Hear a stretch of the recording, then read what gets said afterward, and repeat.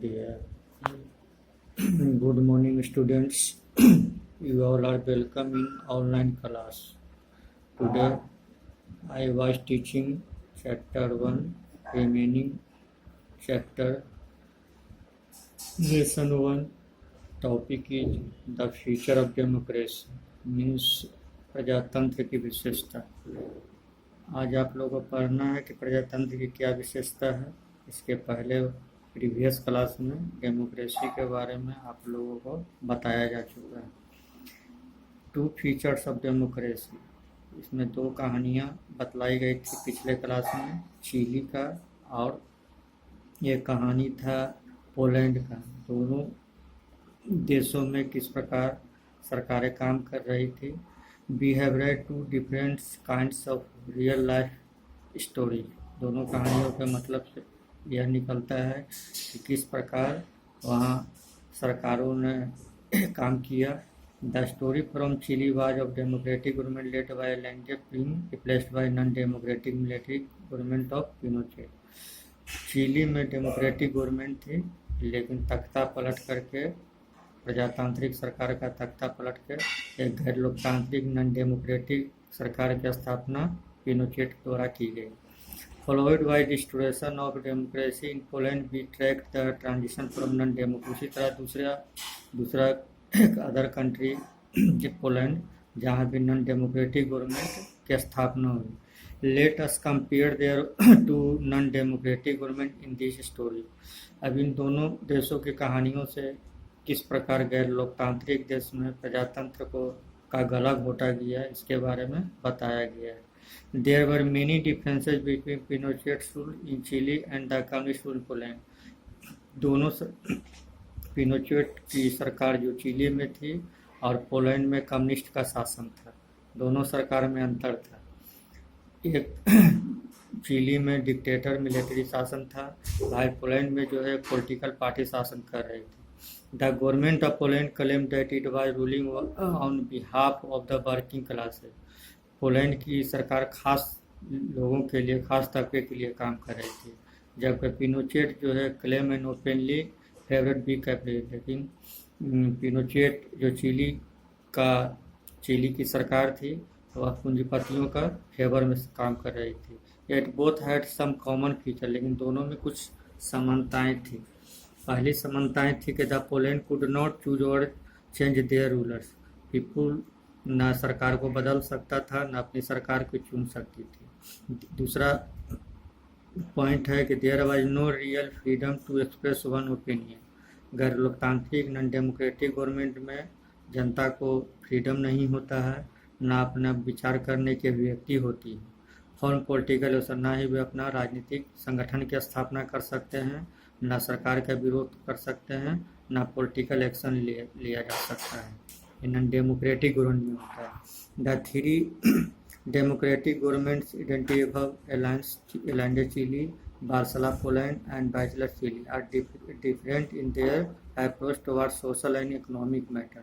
दोनों देशों में जो अप्रोच था सामाजिक और आर्थिक अलग था। एलेंडे परफेक्ट गवर्नमेंट कंट्रोल और big industry and the economy. Allende जो था पूरी तरह गवर्नमेंट का कंट्रोल बड़े बड़े फैक्ट्रियों पर और आर्थिक स्रोत पर था। Walesa wanted the market to free and government interference. Walesa चाहती थी कि मार्केट को फ्री किया जाए और गवर्नमेंट का इंटरेस्ट उसमें। Bachelet stand somewhere in the middle in this issue. वह मध्यम दर्जे को भी ध्यान देती थी। But these 3 government shared some basic feature. लेकिन तीनों सरकारों में कुछ समान विशेषताएं थी। Power was exercise by government elected by the people and not by the army. Walesa जो चुनी हुई सरकार थी वह इलेक्टेड पीपुल के द्वारा थी, पीपुल ने उसे चूज किया था। और army elected leader of any state power, army को केवल देश की रक्षा करना था। The people enjoyed some basic political freedom. लोगों को राजनीतिक आज़ादी मिली हुई थी। From this 2 stories let us draw a rough way to identify democracy. अब दोनों देशों की कहानियाँ से कुछ निचोड़ निकलता है। Democracy is a form of government that allow people to choose their ruler, यानी डेमोक्रेसी एक ऐसी प्रजातंत्र, एक ऐसी सरकार है जिसमें जनता के द्वारा चुने हुए प्रतिनिधि शासन में भाग लेते हैं। One leader selected by people should rule the country, जनता का चुना हुआ लीडर ही, रिप्रेजेंटेटिव ही गवर्नमेंट बनाता है और देश को रूल करता है। People have the freedom to express view, अपने विचारों के अभिव्यक्ति की आज़ादी होती है। Freedom of to organise and freedom to protest, विरोध करने की आज़ादी होती है, संगठन बनाने की आज़ादी होती है। We shall come back to this question in this chapter 2 and develop the definition of democracy. We shall also note some features. इस तरह डेमोक्रेसी के बारे में आप लोगों को भली भांति जानकारी होगी कि डेमोक्रेसी है क्या, व्हाट इज द डेमोक्रेसी। अब अगला टॉपिक है, next topic, the changing map of democracy. पूरे वर्ल्ड का मानचित्र में बदलाव आया। 20th century was full to the kind of stories we have real everyday। पिछले प्रीवियस टॉपिक में आप लोगों को पढ़ाया जा चुका। Stories of transition to democracy और चैलेंज टू डेमोक्रेसी में भी बहुत सारी चुनौतियां हैं। ऑफ मिलिट्री कूप व struggle to the people to bring back democracy, किस प्रकार जो सरकार है, चिली हो या पोलैंड, चिली में मिलिट्री ने षड्यंत्र करके वहाँ चुनी हुई सरकार को किस प्रकार अपदस्थ कर दिया था, बर्खास्त कर दिया था, किस प्रकार फिर जनता ने फिर एक डेमोक्रेटिक गवर्नमेंट को चूज करके सत्ता का संचालन सौंपा। But there a pattern to these stories that record both the march towards democracy and the setback to democracy। इस प्रकार जो है फिर जब डेमोक्रेसी का दोनों देशों में पदार्पण हुआ। Let us use the basic feature to note earlier identified democracy among different countries of the world।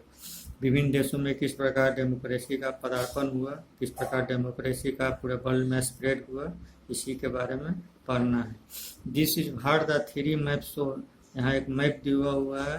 हम मैप के माध्यम से बतलाया गया है कि 20वीं शताब्दी जो रहा, 20th सेंचुरी डेमोक्रेसी का रहा। दुनिया के विभिन्न देशों में डेमोक्रेसी का प्रचार प्रसार हुआ। 1950 तक दुनिया के मोस्टली कंट्री डेमोक्रेटिक कंट्री के रूप में कन्वर्ट हुए। After the end of the second world war, द्वितीय विश्व युद्ध जो 1939 से 1945 तक चला था, this map also show contain, एक करके देश फ्रीडम होते गए और उन लोगों ने जो है अपने अपने वैश्विक शासन काल से मुक्त होकर के अपने देश में डेमोक्रेटिक कंट्री का पदार्पण किया। एज वी लुक मैप के माध्यम से जो बुक में दिया हुआ है पता चलता है कि दुनिया का मोस्टली कंट्री आज के डेट में डेमोक्रेटिक कंट्री है, कुछ देशों को छोड़, एक्सेप्ट सम कंट्रीज।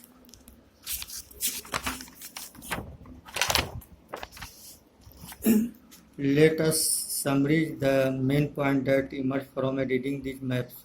इस मैप के पढ़ने से यह पता चलता है कि democracy is expanded throughout the 20th century, यानी 20वीं शताब्दी में बड़े पैमाने पर दुनिया के देशों में डेमोक्रेसी का प्रचार प्रसार हुआ।